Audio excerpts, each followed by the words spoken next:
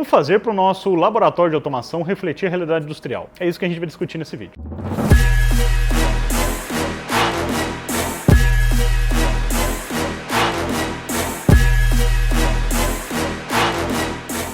Olá, eu sou Domingos da Exto. Hoje a gente vai estar discutindo aqui como fazer um laboratório de automação que reflita a realidade da indústria. A ideia é olhar para alguns conceitos que existem de como está organizado o sistema de automação na indústria e tentar trazer esses conceitos para nos ajudar a projetar, a dimensionar um laboratório de automação. Esse é um vídeo da nossa série Na Prática, a Teoria Não é Outra, porque o que a gente quer mostrar aqui é exatamente que existem teorias que embasam como fazer uma automação e que essa teoria é perfeitamente aplicável ao dimensionar um laboratório didático. Então, digamos que essa é na prática, a teoria não é outra, metodologias didáticas, é um primeiro desse tipo que a gente vai trazer. Inclusive, se você acha que é interessante a gente trazer mais vídeos voltados a isso, a metodologias, a práticas, a novas aplicações didáticas nas escolas, você, por favor, comente e não se esqueça de curtir esse vídeo. Bom, então o desafio é a gente fazer com que o laboratório da nossa escola reflita a realidade industrial da melhor maneira possível. Esse desafio ele é bastante grande na área de automação, porque, como sabemos, as indústrias são diversas, tem diferentes tipos de indústria, diferentes processos industriais, também diferentes tecnologias que são usadas nessas indústrias. Então, a pergunta que a gente vai tentar responder aqui é como que a gente pode fazer um laboratório buscando refletir essa realidade da indústria, que é cada vez mais complexa, é importante dizer. Como é que a gente faz isso? Como é que a gente cria esse laboratório? Aí eu sou sempre a favor da gente olhar se já não tem a resposta antes da gente criar uma nova resposta. Na verdade, eu entendo que tem uma resposta. Essa complexidade do sistema de automação, ela é um problema não só didático, mas também um problema de gestão, um problema de projeto dos sistemas de automação. E esse problema ele já tem uma resposta, que é uma resposta baseada aí na norma ISA 95. A norma ISA 95, ela define uma estrutura de camadas, muitas vezes chamada de pirâmide, uma estrutura de camadas onde ela segmenta determinadas áreas de trabalho da indústria e dá algumas orientações, e depois essa teoria da ISA 95 é enriquecida com uma visão de redes industriais que conversa muito com ela. Então, essa forma de lidar com a complexidade industrial, ela já tem uma discussão já bastante madura. Então, a minha proposta aqui é que a gente entenda essa forma de organizar o laboratório olhando para a ISA 95, olhando para essa linha de pensamento aí que já é bastante madura, já é bastante desenvolvida, e tenta refletir isso no laboratório. Então, para isso, vale a pena a gente dar uma mergulhada aqui na ISA 95 e nesses conceitos de organizar um sistema de automação em camadas. Então, num sistema como o proposto na ISA 95, nós temos 4 níveis, onde eu tenho nível 1, nível 2, nível 3 e nível 4. Esses níveis referem-se ao sistema de automação. Por isso que muitas vezes se diz que existe o nível 0, que é o processo industrial propriamente dito. O processo físico que acontece na indústria, ele está antes do sistema de automação. Então, ele seria o nível 0. O nível 1, ele refere-se à parte de sensoriamento e atuação. Nível 2, controle e supervisão. Nível 3, a gestão da fábrica, do ponto de vista mais engenharia de produção, podemos dizer assim. E no nível 4, a gente está falando da gestão corporativa. Então, entrando um pouco mais a detalhes, a gente vai encontrar figuras como essa que a gente está vendo aí, onde de cima para baixo agora, a gente tem a parte de gestão corporativa, que está muito ligado ao planejamento, logística, toda a parte financeira da empresa. Importante entender que aí a janela de tempo é longa, da ordem de meses, semanas. O nível mais baixo é o nível da gestão da manufatura, ou gestão da fábrica. Muitas vezes essa área aí é resumida como MES, que é um tipo de sistema de software para a gestão dessa área, onde a preocupação aqui está no processo produtivo, nos gargalos de produção, no sequenciamento de produção, na ordenação dos pedidos e por aí vai. Nesse nível de domínio aí a gente tem uma preocupação com turnos, com dias, talvez com horas, para ter uma ideia do tamanho da janela de tempo. Bom, quando a gente vai para o nível 2, e aí esse diagrama ele junta o nível 2 com o nível 1, porque ele fala um pouquinho ali do controle da manufatura. Você vai entender isso como uma coisa junto, o controle da manufatura, porém a norma ela divide em nível 2 a parte de controle e supervisão. Então é nesse nível que nós temos nossos controladores, nós temos sistemas SCADA, nós temos supervisórios e HM, que é a parte, vamos falar, mais programável ou mais inteligente, bem entre aspas, aí, do sistema, em termos de controle. E no nível 1 nós temos os sensores e atuadores, que são vamos dizer assim, a interface, né, os braços e os olhos do processo de controle atuando sobre o processo físico que a gente chama lá de nível 0. Bom, esse outro diagrama basicamente mostra a mesma coisa, né? Onde que estão aí divididas as tecnologias, as áreas de preocupação. E a ISA 95 também faz uma divisão das tecnologias de controle industrial em 3 áreas. A gente divide isso, que é chamado de controle discreto ou controle de manufatura, onde predominam os sinais discretos dos sinais lógicos, né? Basicamente sensores que vão indicar sim ou não, presença ou não presença, atuador avançado ou recuado. Uma outra área que é conhecida como controle de processo contínuo, onde predominam os sinais analógicos, né? Aqui a gente vai falar muito de instrumentação, vai falar, por exemplo, de controle de vazão, controle de fluxo, né? Temperatura, né? E os processos de batelada, que seriam uma coisa um pouco intermediária, né? O processo de batelada ele começa mais parecido com o processo contínuo e ele acaba terminando mais parecido com o processo discreto, então é uma área que mistura um pouco os dois conceitos e aí obviamente tem algumas especificações para cada área dessa que a gente não vai entrar tanto aqui, né?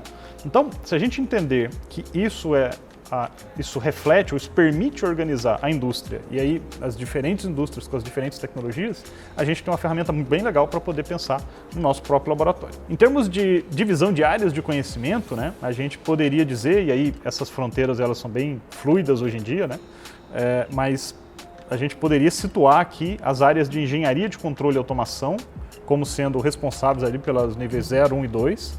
E aí, quando eu falo em engenharias aqui, obviamente eu estou pensando também na formação técnica das áreas relacionadas e mesmo outras engenharias, elétrica, mecânica, também está ligado a isso, tá? Eu estou, só para dar um nome aqui, eu peguei controle e automação ou mecatrônica. Seria a grande área que pensa nesses 3 níveis, níveis 0, 1 e 2. Se a gente for levar para o nível 3, acaba sendo uma área de domínio da engenharia de produção.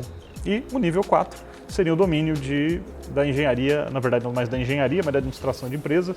Vai lembrar que administração de empresas no passado é um curso que surgiu de dentro da área das engenharias, é um curso de exatas, né? Surgiu dessa área. Então, a administração de empresa cuidaria desse nível corporativo, tá? Então, se a gente for fazer uma divisão mais clássica, é assim. Mas vale lembrar que, hoje em dia, essas fronteiras estão bem permeadas, né? Principalmente quando a gente pensa em indústria 4.0, a gente tem que pensar nisso como uma coisa global. O grande desafio da indústria 4.0 talvez seja isso, seja criar as integrações, né? Quando a gente fala de integração de sistema, a integração tanto horizontal quanto vertical, né? Que seria a integração desses níveis todos, para que a gente tenha uma troca rica de informação e que as informações não fiquem estanques dentro das suas camadas, digamos assim, mas que elas possam gerar valor em diferentes camadas. Então, quando a gente pensar em indústria 4.0, a gente vai ter que pensar de uma forma um pouco mais abrangente. A nossa preocupação aqui ainda está dentro da ideia de um laboratório de automação industrial. Então, a gente vai focar bastante nos níveis 0, 1 e 2. E um ponto importantíssimo também, que está relacionado com isso, é a questão das redes industriais, né? Então, quando a gente fala num mundo cada vez mais conectado, num mundo cada vez mais relacionado a dados, eu preciso pavimentar as estradas para esses dados.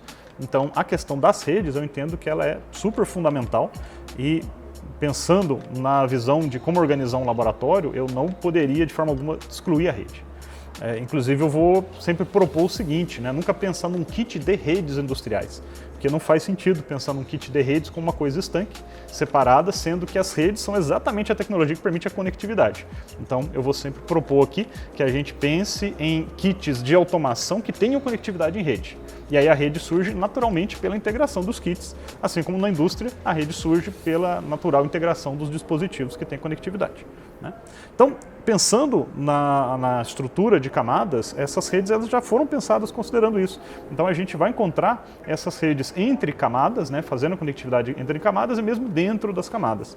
Então, de cima para baixo, a gente vai encontrar uma rede corporativa, que, por exemplo, uma empresa que tenha várias fábricas e escritórios pelo mundo, vai ter toda uma tecnologia voltada à criação de uma rede corporativa para ela trabalhar. Isso talvez seja mais no domínio da TI. Dentro de uma planta de industrial, né, local, a gente vai ter uma rede que a gente pode chamar de rede da planta, né? E essa rede da planta, ela talvez seja uma das mais desafiadoras hoje em dia. Eu vou voltar nela daqui a pouco. Bom, mais para baixo, aí já pensando em nível 2 e nível 1, né, dentro do nível 2, a gente já começa a ver redes que aqui eu vou chamar de control bus, tá? Esses termos eu estou usando eles um pouco mais especificamente para diferenciar, mas na prática eles são bem misturados, né? Então aqui nós já estamos falando de redes industriais que têm características específicas para o ambiente industrial, que tem protocolos específicos para as aplicações industriais, mas que a gente poderia chamar de redes de controladores ou control bus. São aqueles protocolos, aquelas redes que vão permitir uma troca rica de informação entre controladores e controladores e outros dispositivos inteligentes, controladores e supervisórios, controladores e HM, né? Que a gente pode olhar aqui, pensar no Ethernet IP, pode pensar no Profinet, pode pensar especialmente no OPC, né? O OPC está bem nessa camada aqui, né? Então, são essas tecnologias mais voltadas para a integração dentro de camada 2, sistemas de controle conversando com sistemas de supervisão e entre si. E quando a gente vai agora para a interface da camada 1 para a camada 2, a gente vai encontrar o que eu estou chamando aqui de field bus, né, de redes de campo, ou redes de dispositivo também poderia ser chamado, que são aquelas redes mais voltadas para os dispositivos de ponta. Geralmente essas redes são mais simples, o que permite uma maior simplicidade e menor custo dos dispositivos na ponta, né, dos sensores e atuadores, e é nesse espectro aqui que a gente vai encontrar redes como o Profibus, como o Profibus PA na indústria de processo contínuo, como HART, vamos aqui ter também redes como o ASI, né, mais para a indústria de manufatura, bastante usado um tempo atrás, e mais recentemente está se falando muito de IO-Link, né, IO-Link eu entendo que ele se encaixa aqui também para ser uma rede de sensores e atuadores. Então, muito importante lembrar que entre essas camadas tem uma argamassa, e a argamassa é a rede, né? Novamente, quando você pensar no laboratório, você não deve pensar em colocar os tijolos um em cima do outro e depois fazer uma pilha de massa, né? Não é assim que faz uma parede. Essa parede aqui, ela tem os tijolos, eles são ligados através dessa argamassa que são as redes. Quando a gente pensar no nosso laboratório, a gente também deve pensar kits que tenham conectividade e a rede vai surgir naturalmente da conexão entre eles. Bom, então em resumo a gente pode concluir o seguinte: existe um desafio que é fazer o laboratório industrial ou laboratório educacional de automação refletir a realidade da indústria, mas esse desafio ele pode ser resolvido se a gente olhar para a própria tecnologia de gestão, para a tecnologia de automação e olhar como a automação deve ser organizada. E aí para isso a gente adotou principalmente a visão da norma ISA 95. Além disso, a gente deu uma ênfase muito grande às redes industriais, são uma tecnologia fundamental, principalmente quando a gente começa a pensar em falar de indústria 4.0, a rede é o sistema nervoso da indústria, então ela deve estar desde o começo presente no nosso projeto do laboratório. No próximo vídeo, a gente vai falar de forma um pouco mais aplicada, um pouco mais concreta, como fazer o dimensionamento desse laboratório seguindo esses princípios. Se você gostou desse vídeo, se esse vídeo foi útil para você, não se esqueça de deixar um like, isso nos ajuda muito a fazer esse vídeo chegar a mais pessoas. Se você não é inscrito ainda, por favor, considere se inscrever. E se você acha que esse vídeo pode ser útil para outras pessoas, por favor, encaminhe. A gente está buscando trazer sempre conteúdo que possa estar agregando cada vez mais para a educação. Até a próxima.